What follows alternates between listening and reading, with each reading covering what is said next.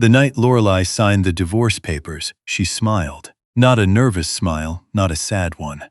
A smile that said she'd already won. She didn't look at her husband once. Fergus Mackay watched her sign his name off their life together, the way a surgeon watches a patient being wheeled away, clinical, prepared, already thinking about what comes next. He said nothing.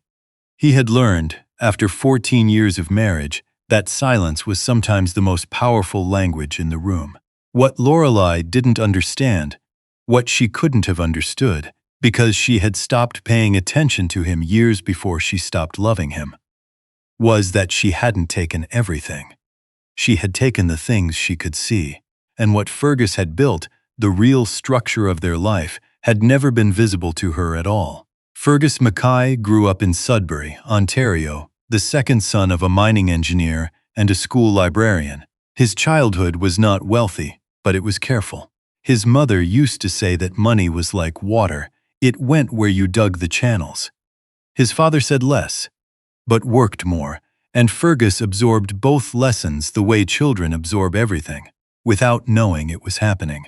By the time he was 32, Fergus had built a mid-sized structural engineering consultancy out of a converted warehouse in East Hamilton. He had 5 full-time employees, 2 contract engineers, and a reputation in the industry that was quietly extraordinary.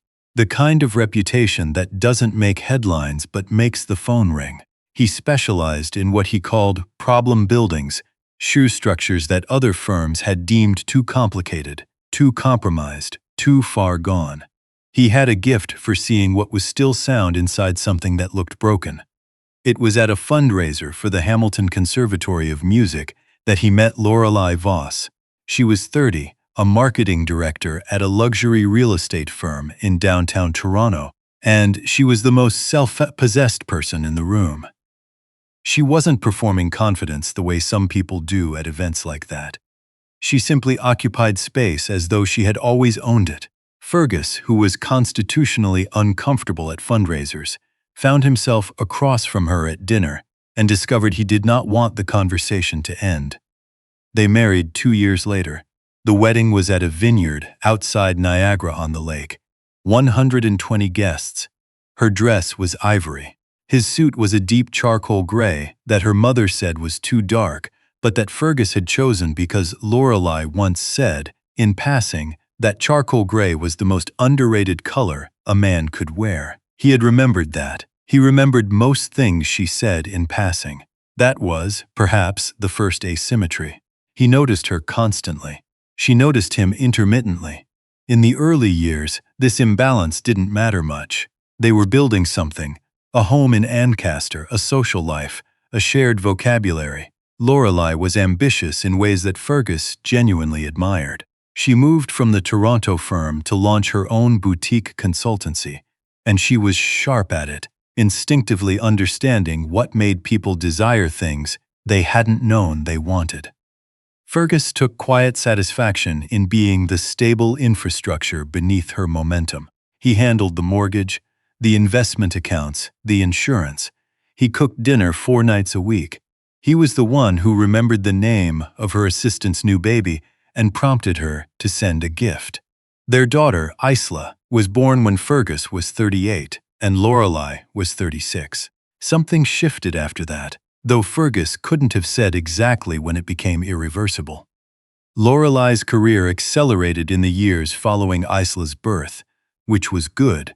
Fergus was genuinely proud of her, but her attention, already selective, began narrowing in ways that left less and less room for him. She started traveling more. Not unusually for her work, but frequently enough that Fergus became the default parent in practice, while remaining the secondary parent in social presentation. When Lorelei mentioned Isla at dinners, she talked about her with the fluency of a mother who was always present. Fergus noticed but said nothing. He had, by then, developed a habit of absorbing small injustices in silence, which psychologists would recognize as a pattern common in partners who prioritize relational stability over personal validation, a form of chronic accommodation that, over time, quietly erodes the self. Isla was 9 when she started calling him first. Not her mother, him. When she had a nightmare, when she scraped her knee at school, when she wanted someone to listen to the story she'd invented about a girl who could talk to bridges. She called Fergus. Lorelei didn't notice. Or if she did, she filed it under something other than what it was. The man's name was Dorian Ashby. He was a partner at a Vancouver-based urban development firm, and he and Lorelei had met at a conference in Betrayal 2 years before she asked for the divorce. Fergus didn't learn his name until later. What he knew by the winter of their 13th year of marriage was that something in Lorelei had relocated, not to somewhere else exactly, but to somewhere he wasn't. He tried. That part matters, and it's worth saying clearly. Fergus tried. He suggested counseling twice. She agreed once and canceled the first appointment and never rescheduled. He asked carefully what she needed from him.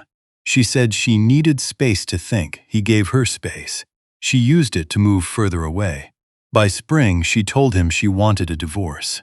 She was not unkind about it, which was almost worse. She explained it the way she might explain a business restructuring, strategic misalignment, different trajectories, the sense that she had outgrown the life they'd built together. That phrase landed hard, outgrown the life they'd built together, as though the life had been a piece of furniture and she'd simply become too sophisticated for it. Fergus sat with his hands folded on the kitchen table and asked if she was certain. She said she was. He nodded. Then he said, "Okay, let's do this properly."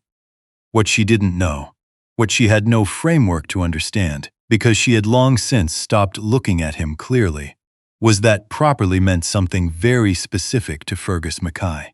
It meant he had already spent 3 months quietly, meticulously, legally preparing.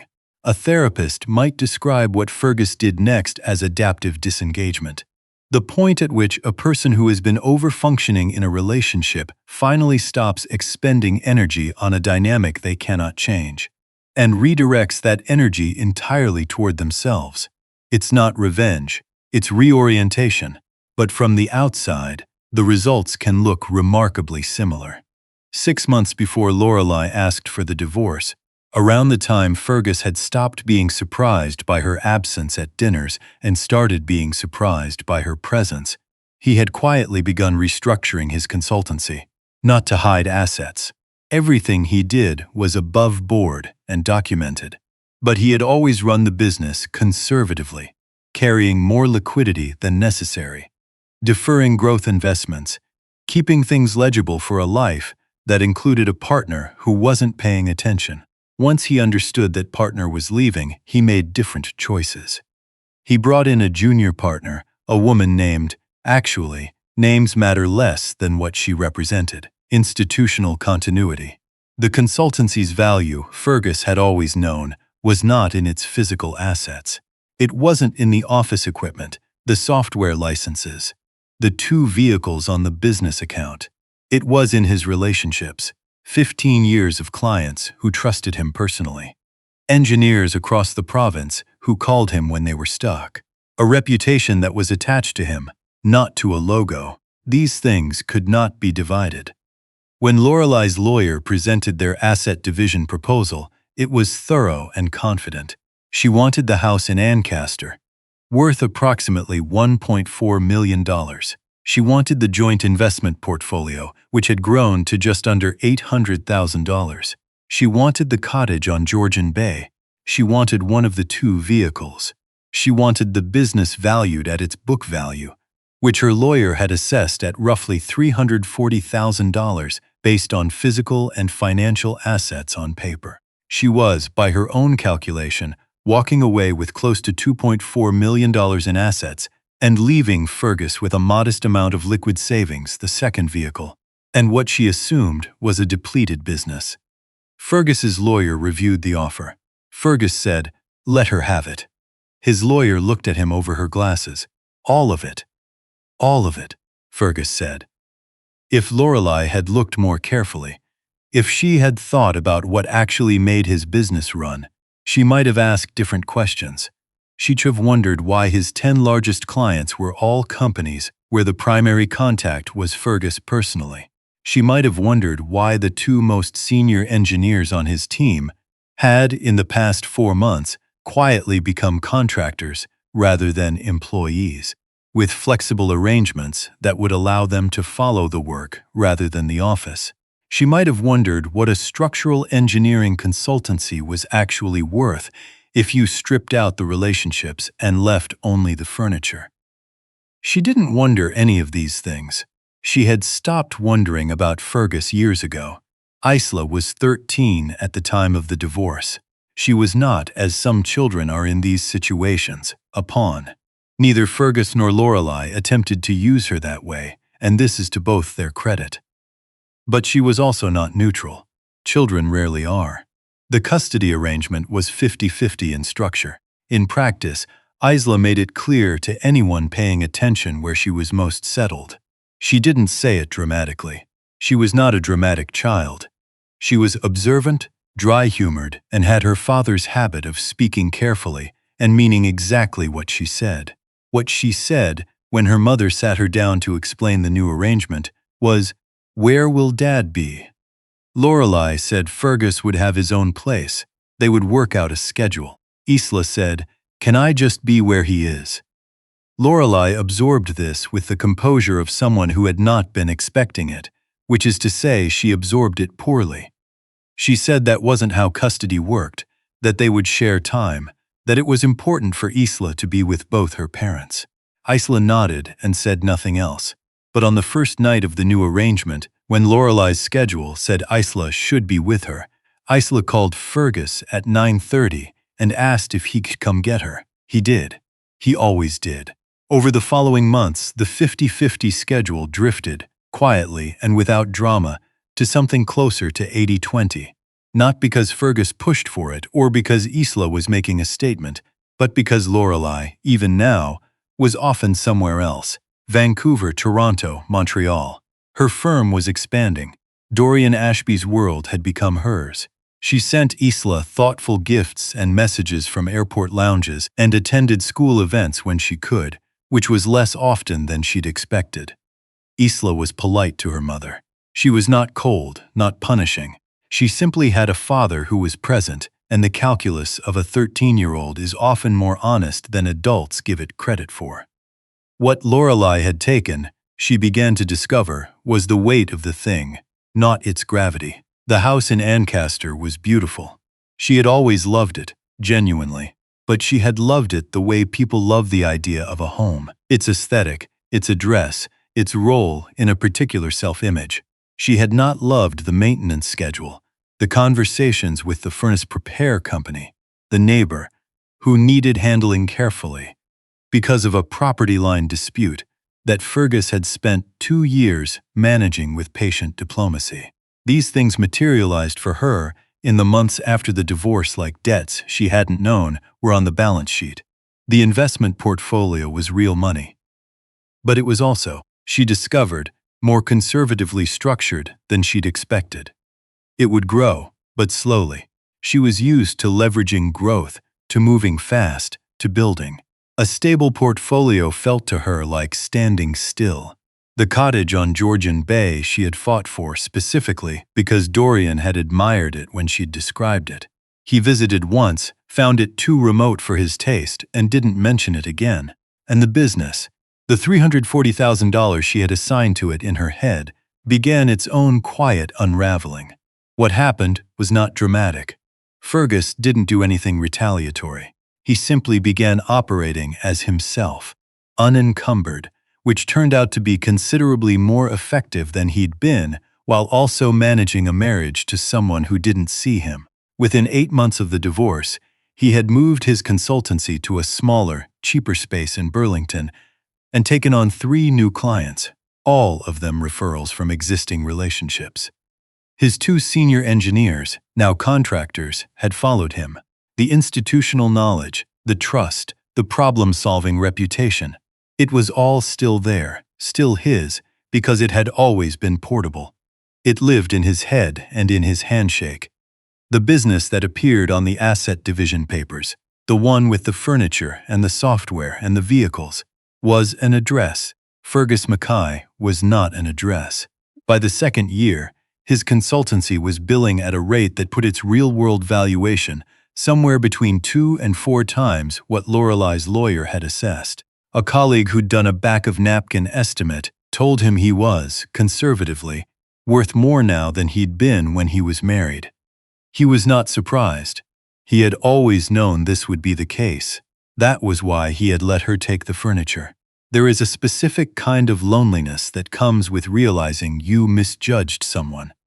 Not the loneliness of loss. That's different. Grief is its own country. But the loneliness of recognition, of understanding that the person you thought you'd assessed clearly was not, in fact, legible to you at all.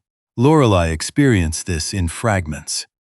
The first fragment came when she tried to reach out to a client she'd met through Fergus, a commercial developer in Hamilton, who had once said, warmly, that she must be an asset to Fergus's world. She emailed him about a project she thought they might collaborate on.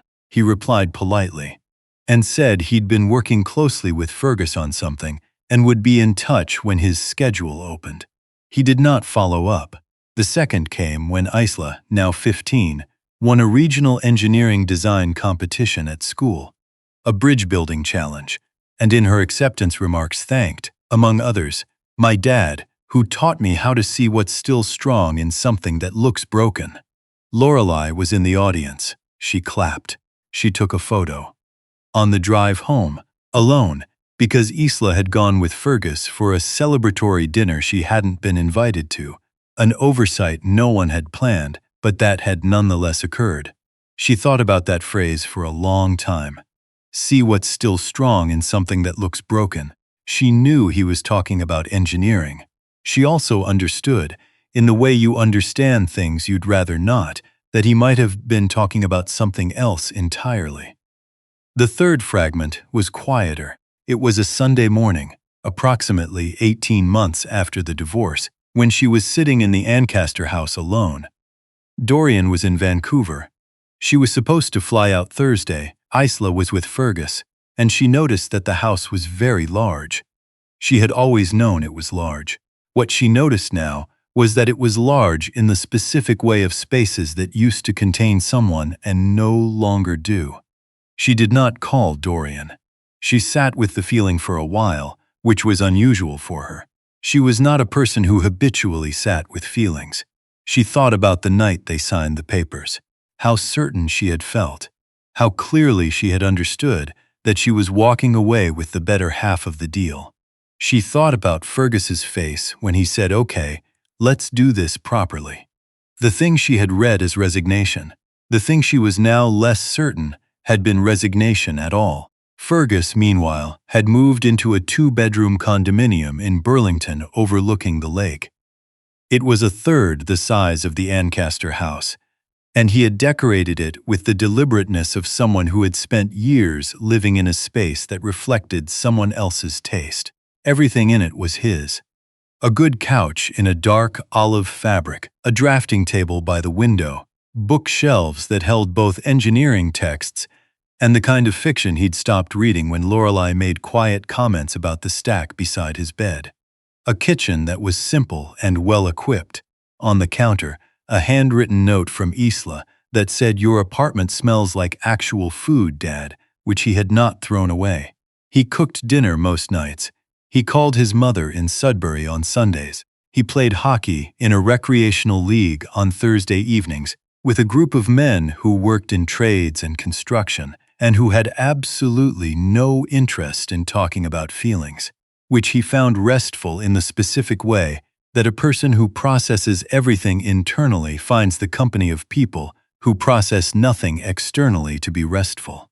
He was not unhappy. That was perhaps the most disorienting discovery of the post-divorce period, that he was, in some fundamental way he hadn't been for years, himself.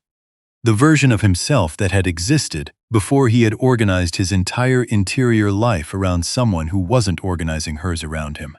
He did not date immediately. When he eventually did, a structural engineer he'd met at a conference in Ottawa, a woman who thought carefully before speaking and made excellent decisions under pressure. and who laughed at things that were actually funny, rather than at things that were expected to be funny. He found that he was less guarded than he'd anticipated. He had expected to be wary. He had built so much of himself around a kind of watchful self-containment that he'd half assumed it was permanent. It wasn't. He was, as it turned out, a person who was capable of being known. He simply needed someone who was interested in doing the work of knowing him. Isla graduated from high school 2 years later and accepted an offer from the University of Waterloo for civil engineering.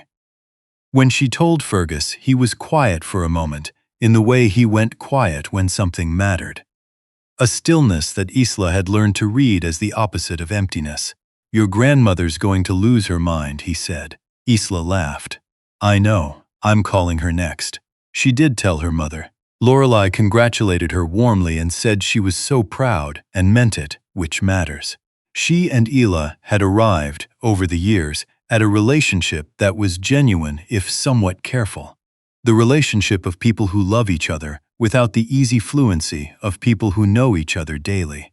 They spoke regularly. They had dinner when Lorelei was in Ontario. Isla did not blame her mother for anything exactly. She simply knew what she knew, which was that her father had been there and her mother had often been elsewhere, and that knowledge sat quietly between them like a fact that didn't need to be stated because it was already understood. At Isla's graduation dinner, a small gathering at a restaurant in Burlington that Fergus had chosen because Isla had once mentioned, offhand, that she liked the gnocchi there. Someone asked Isla what she admired most about her father. She didn't hesitate. "He never tried to be something he wasn't," she said, "and he never let anyone convince him he was less than he was." Fergus looked at his water glass. He did not say anything. He was, as he had been for most of his adult life, a man who understood the weight of silence. But this time, it was a different kind of silence. Not the silence of holding something back, but the silence of having nothing to hold back. Of being, for once, fully seen by someone who was paying full attention. There is a particular bias that psychologists call the fundamental attribution error. The tendency to overestimate the role of character in someone's outcomes while underestimating the role of circumstance. In plain terms, we assume that what a person achieves or fails to achieve tells us who they are, rather than asking what conditions made those outcomes possible. Lorelei had made this error in reverse. She had looked at Fergus's quietness and called it passivity. She had looked at his stability and called it stagnation. She had looked at a man who was, in every structural sense of the word, load-bearing, who was holding up more than was visible, and concluded that what she could see was what there was. She had taken the surfaces. She had left the foundations. What she understood now, standing in the Ancaster house, that she would, within the next year, quietly list for sale, because it was too large and too expensive, and too full of the particular silence of a life that had been built for two, and now held one. What she understood now was that she had made her calculation based on what she could inventory. You cannot inventory trust. You cannot inventory the relationships built over 15 years of showing up, of being reliable, of being the kind of person other people call when they have a problem they can't solve. You cannot inventory what a 13-year-old girl decides, in the privacy of her own heart, about which parent she reaches for in the dark. Lorelei was not ruined. She was capable and driven, and she rebuilt because she was someone who rebuilt. Dorian Ashby turned out to be less interested in permanence than she had hoped, and that chapter closed without ceremony. Her firm continued to grow, and she was good at her work, and she found, eventually, a version of her life that was genuinely hers.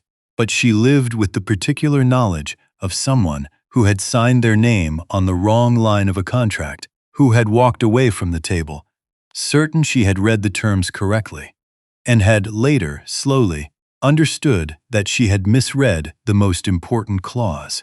Fergus still drives the same truck he had during the marriage, a 10-year-old Silverado with a cracked sun visor that he has never gotten around to replacing.